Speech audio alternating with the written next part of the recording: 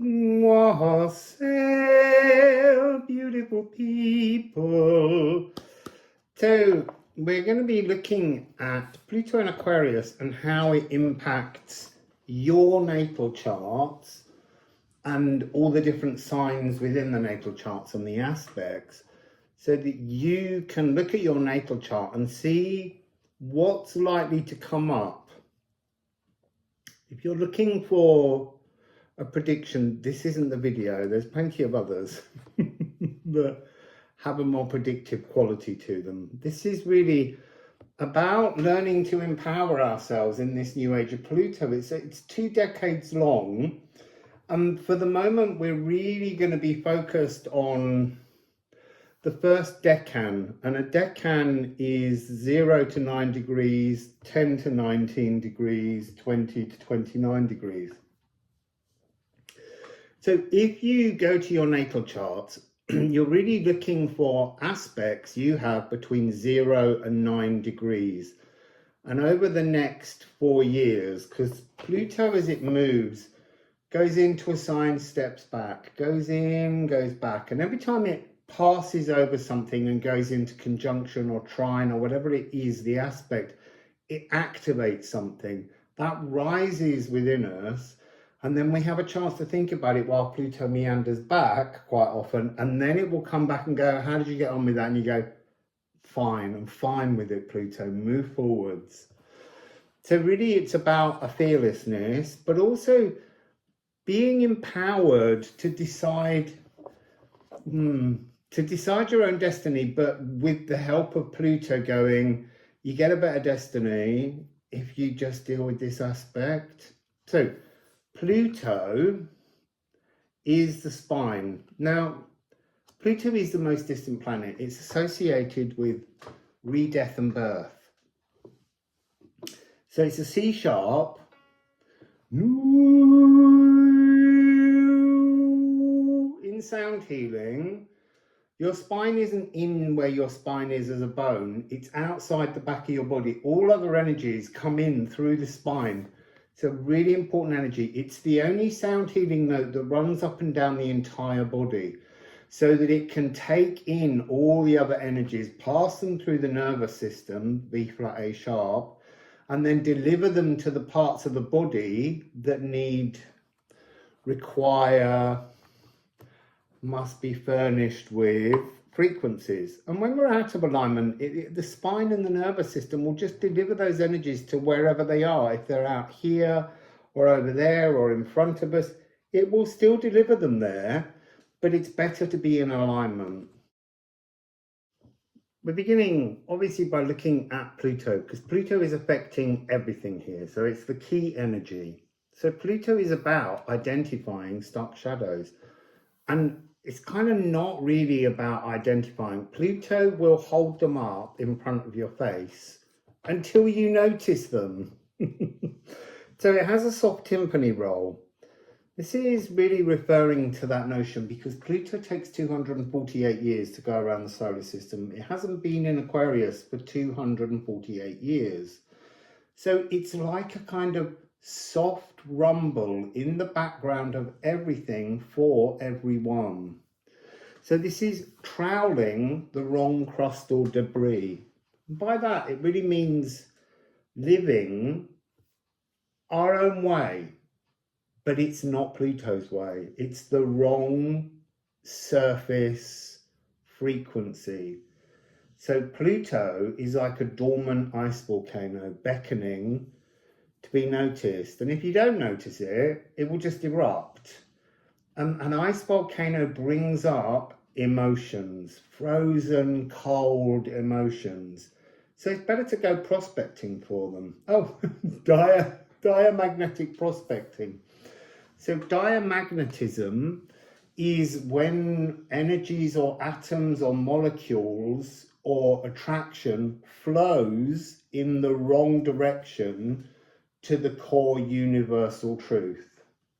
And then we have bismuth, which is a metal to do with unknown metamorphosis. I believe bismuth can be used and has been used in the Renaissance period as a kind of graphite for drawing. So the polarity of Pluto is I am buried, I am returned.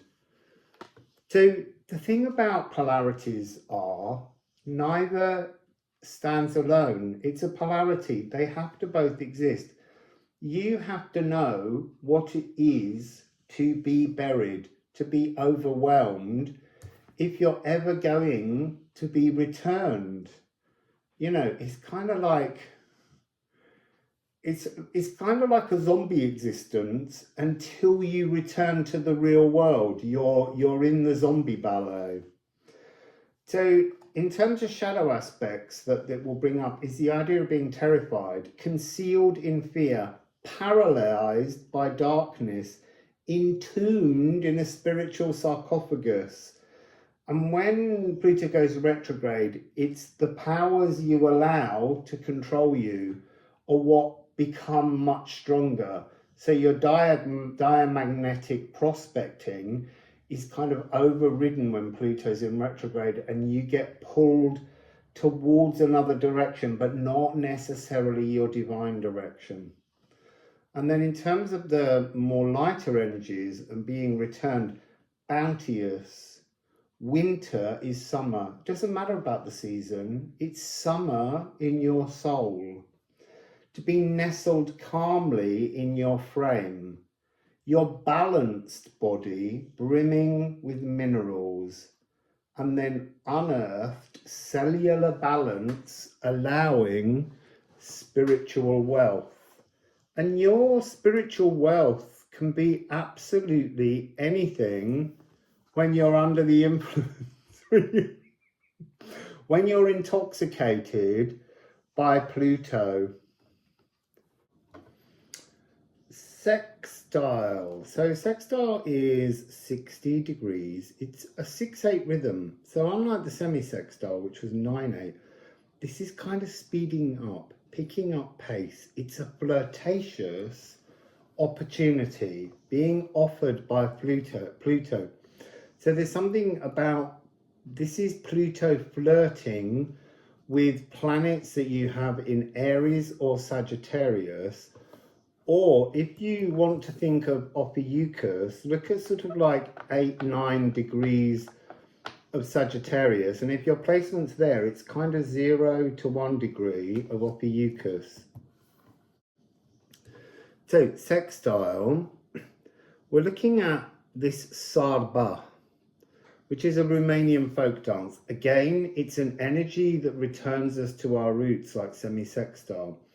It's an energy that is lighter. It's an energy that dances. It's an energy of enjoyment, of community, of being alive and excited, reminding frequencies of something else that's almost been forgotten, that just wants to dance in now.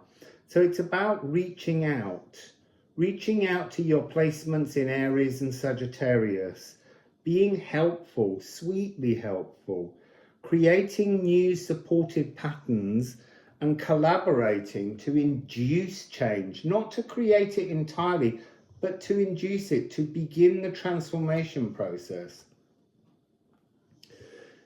So if we look at the energies on the back, the polarity here is to be unhelpful or supportive. So unhelpful is to be ignorant of your own opportunity, to be supportive of your future moving forward. So it's about self-empowering. It has this wearisome, turning away, I'm tired, I keep trying to change the world, nothing seems to improve. Really what you're doing in that attitude is that this next line, purposely creating discord, because you're not willing to face the stuck shadow that Pluto's illuminating. So there's a refusal to join someone else's party, wanting to control, to manipulate. That's the energy on the dark side of a sextile that you need to be aware of and transform. And to be overwhelmed with fury, but staying silent, bottling up that jinn energy that I talk about, where you just haven't expressed something. So to be supportive is to cooperate, to get along, picking up the pace. You see, that's that energy from semi-sextile to sextile. Uncovering hidden talents and working out new solutions as resolutions.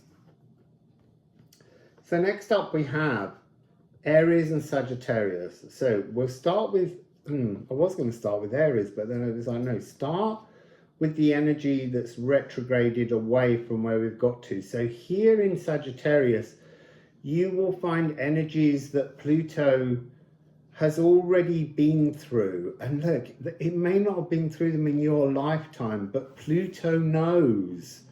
So these placements that you have built up energies that Pluto already knows how to sextile and be sweetly helpful towards. So this is Jupiter, G. So it's a big cleansing energy, mutable fire, opening space for new passions to come in. It's the bard hero of the heart. So there's something there about a kind of nomadic singer of songs of passion moving through the world. And it's the orchestral repair shop. So it's the space we go into to fix things about ourselves, opening that space in our passions to allow new ideas in. And once those new ideas are in, we fix them into place. So obviously, these are both fire signs. That's something to think about. Aries, being cardinal, is the energy that needs to come into the space we open in Sagittarius. So there's a both backwards and forwards energy here that's being fixed into place by Pluto in Aquarius. So this bard hero of the heart is about bravery inspired through love. The bravery is to look at the stuck shadows, to be brave enough to face the shadows that we have and to deal with them. It's also got quantum souls. So there's something in quantum souls which is talking about your galactic tribe, the people that you live generationally with in so many other realms and dimensions aside from here. There's also unblocking the thermal rivers. There's these dormant, I've got dolmens on the brain, dormant ice volcanoes. And if you open space in your passions to drop the ice volcanoes in, they will melt gently rather than erupting. So working on your shadows with Pluto, working on your placements in Sagittarius will assist you. So we also have serration. Serration in the old alchemical magnum opus process is when we gently apply warmth to remove some kind of scarring or blockage, to mollify, to soften, to remove something so that it's like wax. If you think of wax on the surface of something, if you gently apply heat, it will melt and roll away and then it can be cleaned off. So that's really what we're doing here. It's a gentle process, sweetly helpful with the sextile to transform something. Aries, this is flaming action, cardinal. This is Mars energy, but Mars understanding the softness of this earlier process in Sagittarius. So this is about burnishing to life, new energies, new passions, new fires coming down to burnish the old so that you can polish off and suddenly there's a new shine because everything's been cleaned in terms of the fires. The aether, it's not a burning fire, it's a polishing fire. So to actualize potential, to know the new passions of things that you can bring into your life. And it's the ram that slams through jams. Now, that has both polarities. That can be a wonderful experience of materializing new opportunities in your life. but it can also be to ram and headbutt into something and cause harm to you and what or who you run into. So if we turn the cards over and you look here at the shadow aspects, remember with polarities, you need them both. You need to understand with Aquarius, with Sagittarius, fearful and courageous, because you can't be courageous without fear. You have to face a fear to show courage. And you can look at the rest of the things while I'm going to tune into the notes. Inaction or action. Are you standing about waiting for something, or are you a doer? Are you doing it? Are you being inspired by Pluto in a sweetly gentle, sextile, flirtatious way? Also, just going to briefly look at Ophiuchus. Ophiuchus is destruction and revival. It has the energy of a positive tower moment. It's when something flies in. So I'm also going to put that one on there for you to look at. We're going to look first of all at the musical notes surrounding these energies. So Pluto is C sharp. Aries, ruled by Mars, is C. All the molecules in our body.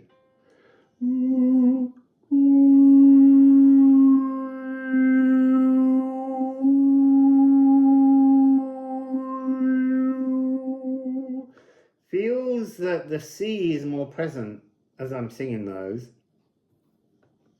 Now we also have C sharp of Pluto working with the G of Jupiter, the great cleanser, and that's the devil's interval. That's the midpoint. So this is a really informative energy.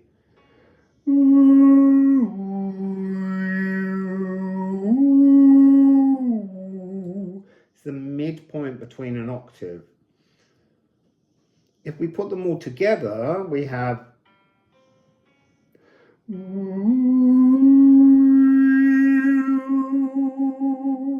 more interesting is the note of Ophiuchus, which is the nervous system. When I do sound healing, that's how they all begin. Looking for your spine, setting it outside your body and controlling how it gives energy throughout your body at every level to your nervous system.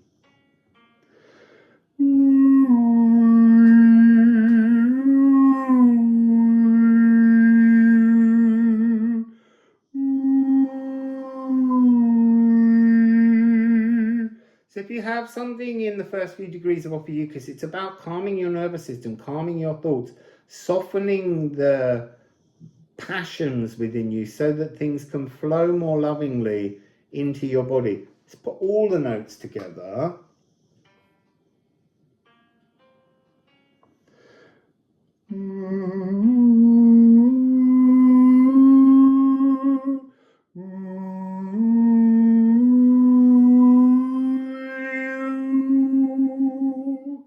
And that would be the energies you're working with if you have sextile placements to Pluto.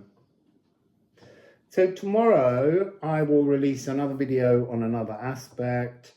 Each video will begin with the same story to get you in alignment, remind you what Pluto is all about, and then the different aspect, the different energies that will bring up, the signs that are involved, and the sound healing notes that you can utilize to help you go through that more comfortably and more smoothly. If you're interested in a private video conference sound healing reading with me, the details are here as follows. Just email me. Don't send any money because I need to find space to book everybody in. And so that just gives me a moment where I talk with the person that wants a reading and we work out a time, and then I can move on to the next person and fit them into the diary. So wassail everybody, and I'll see you again tomorrow.